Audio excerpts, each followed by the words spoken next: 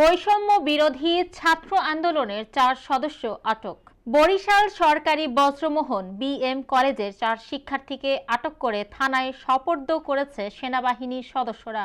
বুধবার দিবাগত রাতে তথ্যের সত্যতা নিশ্চিত করে Barishal metropolitan police commissioner Shafiqul Islam বলেন, উদ্ভট আচরণের কারণে বজ্রমোহন কলেজের 4 শিক্ষার্থীকে রাতে কলেজ ক্যাম্পাস থেকে আটক করে থানায় দিয়েছে সেনাবাহিনীর সদস্যরা। বিষয়টি খতিয়ে দেখা হচ্ছে বলে জানান তিনি। পুলিশ সূত্রে জানা গেছে, সরকারি বজ্রমোহন কলেজ ক্যাম্পাস ও আশপাশের এলাকায় 4 শিক্ষার্থী উদ্ভট আচরণ করেছিলেন। বিষয়টি স্থানীয় বাসিন্দারা সেনাবাহিনীকে জানালে তারা ঘটনাস্থল থেকে ওই 4 জনকে আটক করে। এরপর তাদের সেনাবাহিনী সদস্যরা কোতোয়ালি মডেল থানায় সোপর্দ করেন।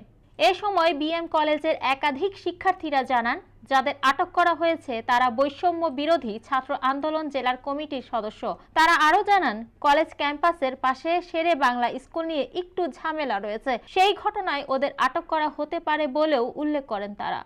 মৌমিতা তন্নি, জিবিসি টিভি, ঢাকা।